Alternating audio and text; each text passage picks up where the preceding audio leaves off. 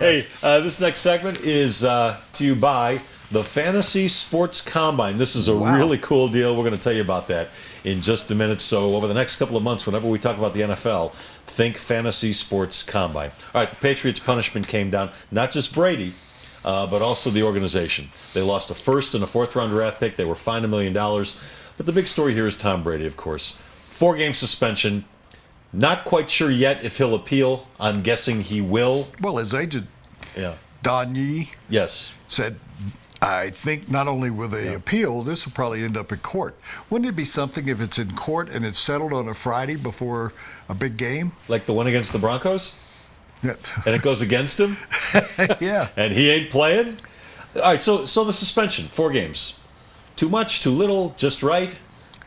Well, Goldilocks within the 3 Bears. Goldilocks and Les Shapiro would say it's just right because that's what you said, 3 to 4 games, isn't it? You said 4. I predicted that, but I don't necessarily think it's right. I think it might be a little too much. I would have been okay with 2 or 3 games. 4, that's 1/4 of the season. That's an awful lot.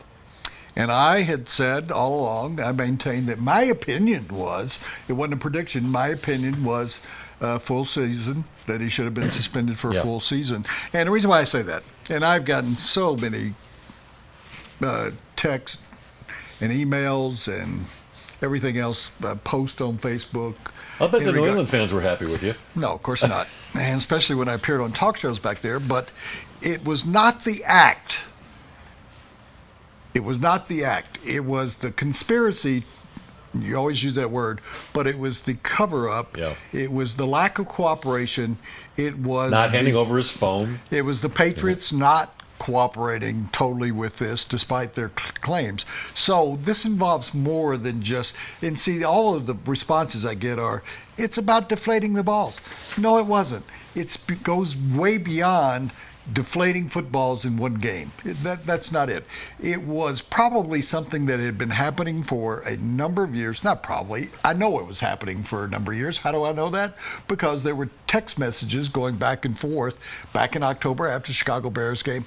And I believe that Tom Brady had decided a long time ago that his hand was too small or that he felt he could get a better grip on the football. Other quarterbacks have done that, and they've taken ways and methods within the framework of legalities with the NFL to either scuff up the football or dip it in water or maybe freeze it in a refrigerator. Those things are not covered by the NFL saying the ball has to be between 13.5 psi and 12.5 psi.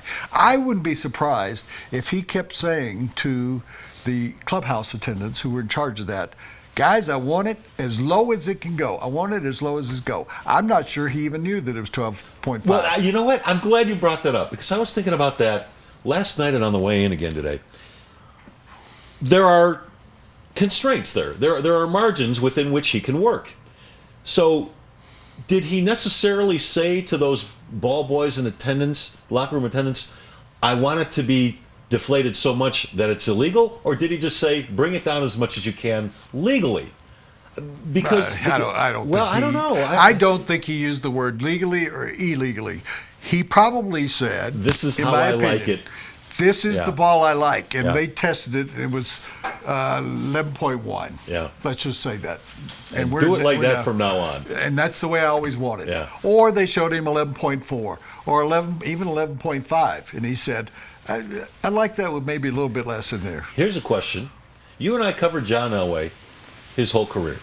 Gary Kubiak, Jake Plummer, in all the time I've been covering the NFL locally, I've never heard of a quarterback doctoring a ball illegally. I've heard of quarterbacks who, take some of the shine off. Well, Jake Plummer told us that, didn't he, at the Super Bowl, that he said there were things, you scrape it along the ground. Right. And you maybe scuff it up a little bit. You take maybe a brush to it. There are things like that. And Elway, as big as he was, 6'3", 225, 230, he had small hands. Remember, he always had trouble throwing in the rain because he couldn't get a good grip. He had trouble throwing in the wind because he couldn't get a good grip. I wonder, but I never heard anything about it. Well, we do know that the Broncos were found guilty of cheating. So, Well, a number and of fined times, yeah. $950,000 because they Circumventing the salary circumvented cap, the salary cap level. So the Broncos are not sitting there saying we're holier than thou and shouldn't ever do it, because it happened that with their two best players, would you agree, John Elway and Terrell Davis, that they put some of their money aside to be paid in deferred payments later on. As a result of that got around the salary cap. So the Broncos have had their own issues over the years involving all sorts of players. And the offensive line from the Super Bowl years also was caught greasing up their jerseys. Right? So Schlereth and those guys. All right, hey, this NFL update sponsored by Fantasy Sports Combine. Listen to this. This is a really cool deal.